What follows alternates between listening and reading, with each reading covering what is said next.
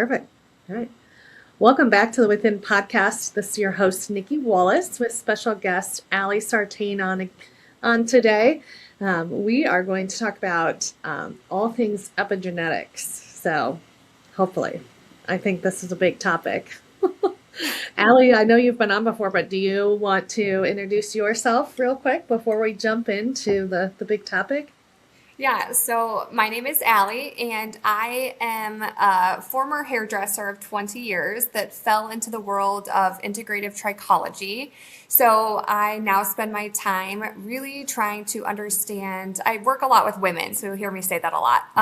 But I try to understand, women's health and what they have going on and what is their body is kind of expressing, things that stress or, nourishment issues, all these dysregulation that can happen in the body and kind of express itself in form of scalp conditions or hair loss. So I work closely with women to kind of uncover all of this, Yeah. which epigenetics has been very cool for all of that. So I'm excited to dive into this topic. I know, and I really have you to thank for getting me into epigenetics. Do you remember this? Vaguely, it was a wild time. Couple summers ago. Yeah, so I had just been to Mayo, gotten a diagnosis, and was super frustrated because nothing seemed to be working. The doctors just kept telling me I was fine, and I was like, I'm not fine. Something is happening to my body. And Allie is my sister. I know we've had her on and talked about that before, but I was visiting her and in Mesa. You lived in Arizona at the time. Yeah. And you really like brought up, I don't even know how you brought it up, but we were doing some work together and you brought up epigenetics and Yeah. just like what they are and how you test for epigenetics, which really uncovers, it's all lifestyle, is really like the easy term for what epigenetics is and how your lifestyle impacts your DNA. Really, I know it sounds like super scientific, but we love the science stuff. So we had been talking, and you said, "Have you ever looked into epigenetics?" And I was like, "What is that?" So how did you get, before we get into epigenetics, how did you get introduced to epigenetics? Just through your trichology work, or? Well, I mean, to back up a little bit, when I got into trichology, I, was excited to learn more about the hair and scalp, but I never could have understood Right. the full magnitude of what that looked like. When I started having patients come in and they had wigs on because they had alopecia areata and their entire scalp pretty much was hairless. And That's it sad. really, yeah. I would have times where guests would leave and I would just cry. You try to keep it together Oh at my that God. appointment, but it was so much deeper than what I realized. And I was like, oh my gosh, like no topical is going to save these people. Right. And that's where I've kind of struggled with my industry, is because for years we masked all of these things. We were like, oh, it's genetics, like it's just, supposed to Whatever. happen. You're gonna, Yeah. end up like your Uncle Jerry and be bald, something Oh like that. no. But it's like, it's That's a always real like, thing though. but Yeah. it is. And I hear it all the time. They're like, oh, well, it's just, I'm aging. It's this, it's that. And I feel like we throw every excuse at the book, but for so long, we didn't get very granular with our health. And Right. we kind of, and I hate to come at this because I love, Western medicine, and I, think it's good to be checked up on and all of that. But those appointments and that stuff has just changed so much, and it feels very impersonal. At least for me, it always did, and kind of like a letdown, kind of Hmm. like I never was seen or heard, and I never really got any true answers, kind of what you're saying. And Yeah. I experienced that with these women that I would see is, I would ask all the questions, right? So as a trichologist, we look at a 360 approach, same with epigenetics. So we're Hmm. not just looking at one thing, we're looking at everything, because our environment impacts us, what we consume impacts us, what kind of exposure we have to different EMF or different things Hmm. like that, all of it plays a really big picture that I Right. don't think we really realized for a long time. No. So I started working with these patients, and once you see this world of it, it's hard to back up, and you just Right. want more and more answers. and I had to help people. I couldn't Yeah. just sit and I couldn't just prescribe a topical and feel okay with it because I knew it would offer some support, but it wasn't going to solve everything for Right. it. So I think it's just a really cool way to take a deep dive into someone's health and to really look at everything that's going on. Yeah. Yeah.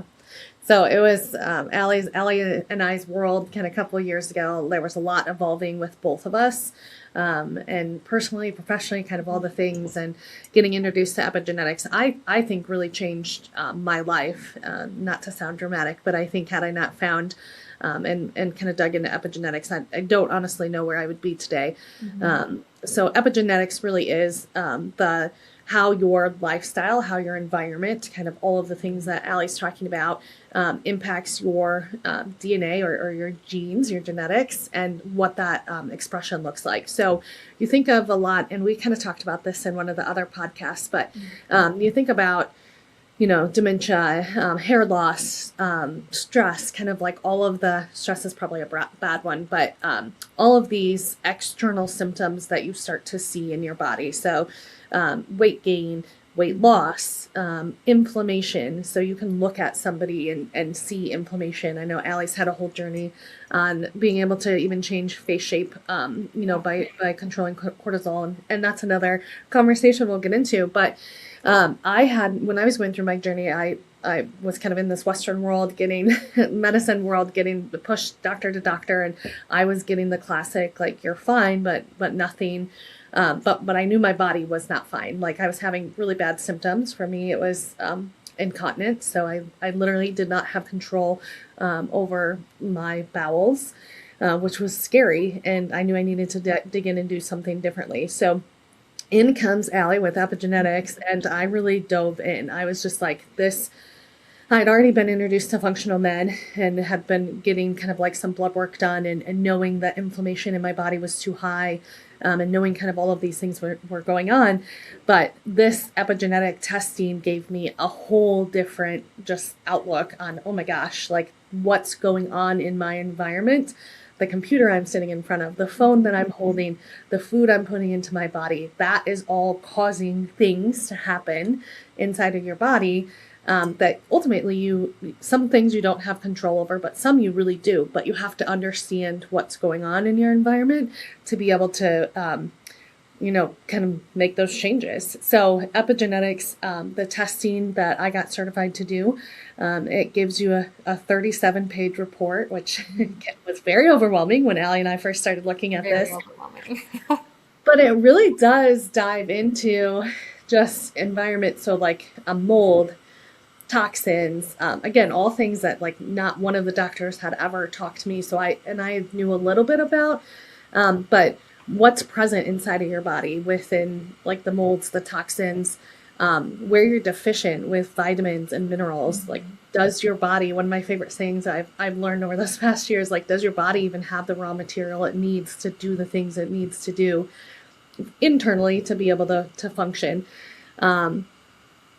I'm trying to think of what else. Mold is the big one. EMF. So EMF is one that I hadn't even thought about.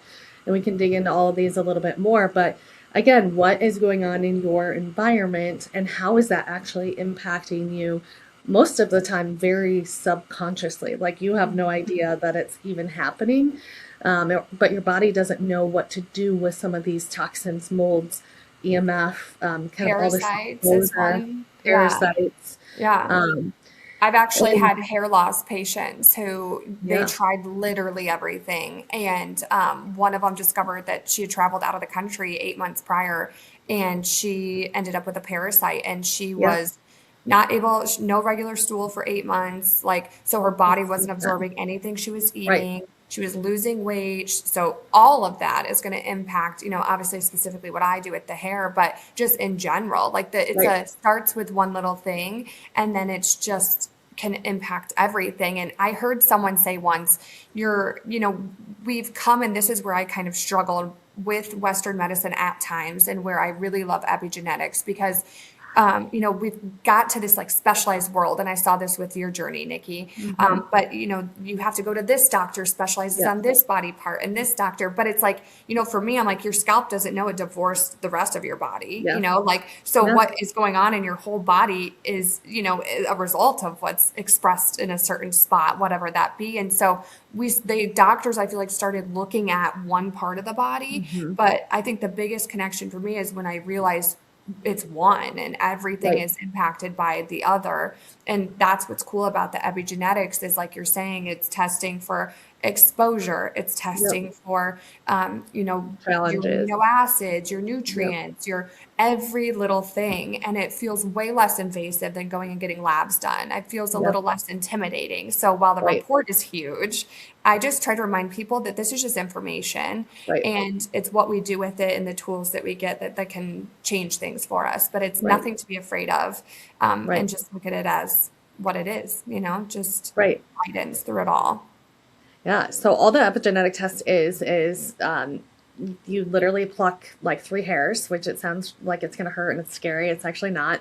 It took us a minute to actually pluck the hair. Well, you were like trying to catch a flight and we like finally got it up and going and we like were trying to pull hair as people were running out the door. Like your initial Yeah. go at it was a little chaotic. Yeah. But you pull it and you really want that root of the hair bulb. You can do like a postal test where you're able to pull it yourself and then send it in.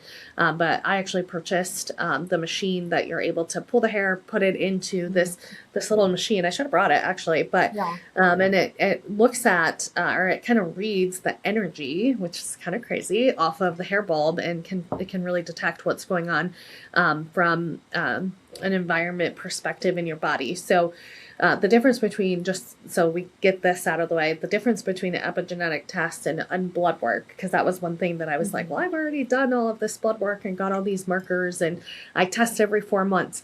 So your blood work is going to give you really like a 24 to 48 hour snapshot of what's going on in your body. So it's kind of like the picture, right? Like this is what's going on right now. It's going to be able to tell you like state of the state, kind of what's going on with your body. Your epigenetics looks at really 3 months. So your hair follicle, it's kind of like a tree trunk is what they explain to us, that it has all those layers kind of as the hair follicle continues to grow. And Ali knows more about all the science behind how the follicle grows and sheds and grows back. But it's going to be able to look at kind of that 3-month time frame. So it's kind of crazy when you do the report. If you've been sick, for example, like the virus is likely still going to show up in your scan, or bacteria, kind of depending on what the ailment was that you were going through. But you're able to see like, okay, so what is actually challenging, like what's sticking around, what's really causing those issues, and then it prioritizes it based on kind of what is really taxing the body. So I did this report and it was crazy. Like the first 3 things that came up for me were stress. They were all stress related. So now you can kind of put together how I've gone down this whole boundaries and stress and kind of all of the things that I live now or try to live. But it really was like, hey, you're not able to detox. So that was a big thing that I, again, hadn't really ever thought of, didn't really even know, nobody talked to me about. It was detox, stress, and I think there was one more stress marker off the top of my head. I can't remember. But these 3 things kind of showed up as challenges that the deficiencies or kind of the environmental stuff had shown up. So that really helped me dig into like, okay, what does this even mean? Like detox, never heard of it. Like, yes, I've heard of it, but never in the sense of like, what is that even? So like I have bowel incontinence, right? So how is detox and stress showing up, as kind of the symptom I'm seeing, or the challenge I'm facing with the symptom I'm seeing is I guess what I'm trying to say. So I was able to really peel back the layers of everything, like what's going on with the food I'm eating. So processed foods, like that is a huge thing. And we talk about it a lot on here. But there's so many processed foods in our environment now. And if you're go all the time, so you think of the stress side, and just grabbing crap out of the fridge or grabbing crap out of the vending machine or kind of wherever you're doing that, that really is taking a toll on your body. So now not only are you stressed out, you're not even fueling it to be able to do the things that it needs to do. That's probably like the number one thing that I've changed to be able to kind of get my body reset, to be able to take back control and not have the bowel incontinence. But it's crazy to see like, okay, these are the things that, this is my symptom. These are the things that the report is pulling, and then peel back the onion and like how different life can be once you start making those lifestyle shifts. Yeah, I think for me too, something that I have learned, I've had thousands of women sit in my chair. I've heard stories, I've sat with women through, the craziest of life situations. And I always thought that, health and wellness was, the supplements you eat, how you move your body, all of that. But the key components that I think a lot of people miss are, your environmental factors, Yep. how you feel day to day, like from a stress standpoint, and your emotions. And I was going through a really tough time in my personal life.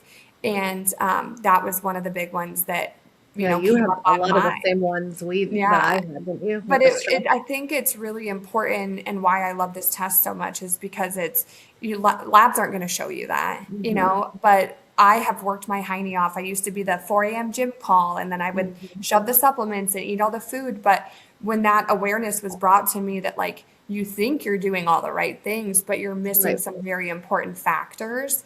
And I tried to truly sit with myself and see, obviously you have to go through the emotion and you have to feel all the feels, but to be aware that this is impacting your body and that Yeah. your emotions can and will dictate, or like with epigenetics, you have, like I described it to people, like you have this recipe book, right? So you have all the recipes, but it's which ones you choose, which ones you're going to like flip the light and turn on. And that is Yep. how, that's dictated by stress, that's Yep. dictated by your lifestyle and different stuff like that. I think it's, sometimes people use genetics as an excuse, kind of like I said earlier, but it's really up to us what that looks like. I remember one time seeing a picture of, this is so random, but Arnold Schwarzenegger, and he was with his son. And Arnold Schwarzenegger is like known for his fitness and for his health and all of that. And the picture was with him, and his son was very overweight at the time. Uh-huh. And it was like, your genetics are bullshit. It's based on lifestyle. You don't Yep. pass down this like good fortune of being physically fit or of being a certain way. It's the choices that you make on a daily basis that are going to then show and reflect, Yep. on your body and internally with your health. And so, I just think it's a really cool and powerful tool that people Right. should really take advantage of. And I'm pretty sure, correct me if I'm wrong, but didn't Steve educate, on the point that this is a system? Is it Germany? They created Yeah. and used this for their health system. Like, Hmm. so this is what they do for everybody. And Right. so I think that's like truly incredible. And I'm excited with all the changes in the health world, because I do think at some I would point agree. we could get to something like this, because the cool thing with this test as well is, you've done, I would love to do Max, but you did Millie, my daughter. She was really struggling with her skin at the time. And I plugged in a couple of supplements that she was deficient in. You spoke about the things that we're eating, processed foods and fast food, and the stuff that we eat that isn't real food is, actually causing more havoc in our bodies. It It's can deplete terrible. us of our Hmm. nutrients. Like I believe omega-3, is a huge thing that people are depleted in now, and it's Yep. because of the food that we're eating. So Hmm. we don't think about, this stuff, that we're putting in our bodies. You might know that something's not great for you, but you don't realize that when you eat that religiously on, a day-to-day basis, what that's actually like going against in your Right. body and what that is taking away from it. And I think that's a really eye-opening thing with this test as well, and very Yeah. fascinating. And I think you touch on a lot of good things there, but one thing that I also like just hadn't even thought about, and as you dig into kind of this epigenetic world, your body also doesn't know how to break down and absorb a lot of the nutrients that is made in a lab. So like some of the different like vitamin C's, like you'll see there's a lot of studies on this that if it's the made in a lab. Like your Yeah. body, yes, you're taking the vitamin C supplement, but like your body doesn't actually even know how to absorb that. Yep. So like you're not actually getting that absorption. So when you're looking at vitamins, I actually changed, this, but I changed an entire, like all of my supplements because I was taking stuff from Costco or taking stuff that I'd Yep. seen on the internet. And, lo and behold, my body wasn't even absorbing, the nutrients that it needed to be able to do like stuff at a cellular level. And a lot of the things that you're finding out on these reports really are at a cellular level. So like, your body your cells need to be able to absorb the nutrients. They need to be able to absorb the water and kind of all the things that you're taking in to be able to produce and do the functions within the body that it needs to. And if it can't, that's when you're starting to see a lot of the breakdown that goes on. The report does, and I remember when we did Millie's, your daughter's report, she she loved her Starbucks, and that was another thing that came up. So there's a marker in the report for the challenges that you have going on in your body. Is it's literally like sugar. So like, is there too much sugar in your body? And Kids, she did. teenagers, they eat candy salads. And I'm like, my God, like, Yeah. I just have to, it's hard to watch, but I'm also like, they're kids and you try to, but it No, I is know. You a do your real best. thing. Yeah, Yeah, but I think it's the only reason I bring that up, not to shame Millie at all, but not at think of all. the world's Yeah. like and the consumption that we do with the sugars. Like your body is really only able and shouldn't have more than about 25 grams of sugar a day. Some of your Starbucks drinks are 2 times that, 3 times that. So I think just like the awareness of doing some of these Yeah. reports and some of this testing, you can really start to look at where you're doing certain habit or where you have certain habits that maybe are really harming your body than more good. One other thing that you brought up that I really want to talk about, because I think this is really the premise of a lot of the wellness work that we're doing here, is self-awareness. You have to be okay once you go into this wellness world, whether you're doing blood work, whether you're doing epigenetic testing. It's a lot of information and it can be so overwhelming. But making sure that if you're going down the path, like give yourself time to become more self-aware of what's going on. Um, what are you eating? What are you doing throughout your day? I'll never forget after I doing one of my first tests, I met with a gal at a Starbucks, my fave. Um, I just get an Americano now. Yeah. But she had on her Apple Watch. She had her cell phone was sitting right next to her, and she had her computer right there. So all this technology was right there. And during this half-hour time that we were sitting there, she kept getting all these buzzes, and this is a trigger for me because this, several years ago when I started down this journey, like that was one thing that I was like, oh my gosh, like the overstimulation of all the gadgets. But one thing that she specifically had on hers was way stress. Like she had like every stress marker, but then she also had like some EMF, and I'm like, oh, she had her earbuds in. That's the other thing. So it's like Apple Watch, she had her Apple phone, she had her earbuds, Who's and I was just like, connected? holy shit, no wonder this lady is stressed out. Yeah. Like in my half an hour conversation with her, she was not even able to focus. Like I was trying to tell her all the things that were going on with the report or, answer her questions, and it's like she couldn't even focus. So as people are going through their wellness journey, again, whatever you're doing, like ask questions, like be vulnerable, be willing to, especially if you have something going on, be willing to like do a self-assessment or get an accountability buddy. Ali's definitely an accountability buddy for me, but to have check-ins on like how are you doing or like what's stressing you out, and sometimes you just need to give yourself time to work through that. But I think that's also a frustrating piece on some of this well-being stuff is like you also have to make the changes. Like there's not a magic pill, there's not a magic shot, there's not a magic anything. Like you do have to put in the work and try. Like everybody's bodies is different. That's probably my third point here is what works for me is not always what works for Ali or what works for Millie or what works for Heidi. everybody's body is so different and reacts so different. And that's why I love some of these reports. I'm a data geek anyway. So give me data that's going to show me kind of like where to go versus doing all this guessing. But it at least gives you, especially the epigenetic testing, blood work is going to do the same, but it's going to give you like, hey, start here. Like, just look here. Let's try a few things. Give it a couple of months, because like that also is a thing. Your body didn't get where it was overnight, so it takes time to unravel.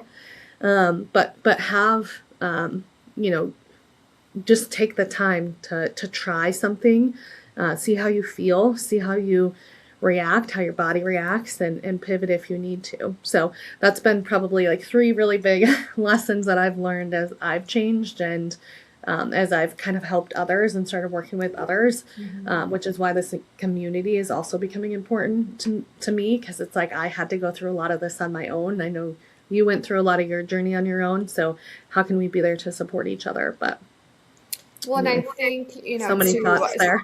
Yeah, something I, noticed is when I would do my scalp assessments or hair loss analysis with patients, they come in and they're throwing everything at it, and they're doing all the things. And I always try to really encourage people, even on my platform now, to like slow down, like you can't implement 20 things at once and then see what's working, because you don't know which it's going to be.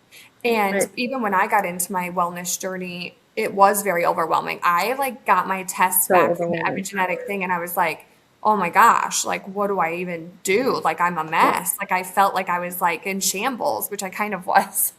But, instead of letting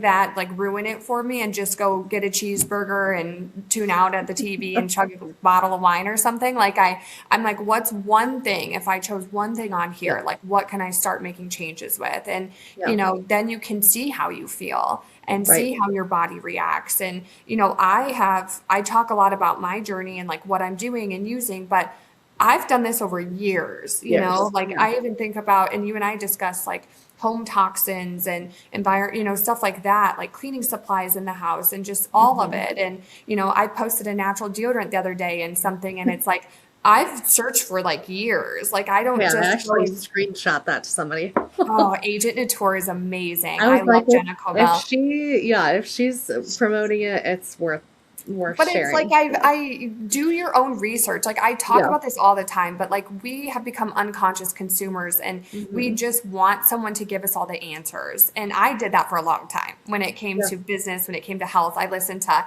every self-help podcast, every self-help book. And the thing is if it's not in alignment with you and your body's needs and all of that, it's never going to fit and it's never going to feel right. No. And so that's, just, implement one thing at a time, do your own research, be your own advocate, like speak up when something isn't feeling right, like try a product. And if it doesn't, you will know. And I feel like we're also, to go to your piece of the distractions that we have all the time, one thing that I've really challenged myself on lately, and I can tell a huge difference in my personality, in my creativity, in the way that I show up, in my mood, is I take my phone and I set it in a different room, and I put on frequency or I put on a music or something like that, but I don't carry it from room to room. I don't have ear pods attached to me all the time when I'm cleaning. Like, and I used to think of it as, I have to clean. Like, I'm just going to like be distracted while I do it. Like, but I don't think we realize as a whole, and I'll be curious years down the road how we see that this impacts us. But it's like, we don't need a constant distraction. Sometimes we need to just tune into ourselves. And like you said, check in. I try to do a check-in every day of like, how am I feeling? Where's my body at?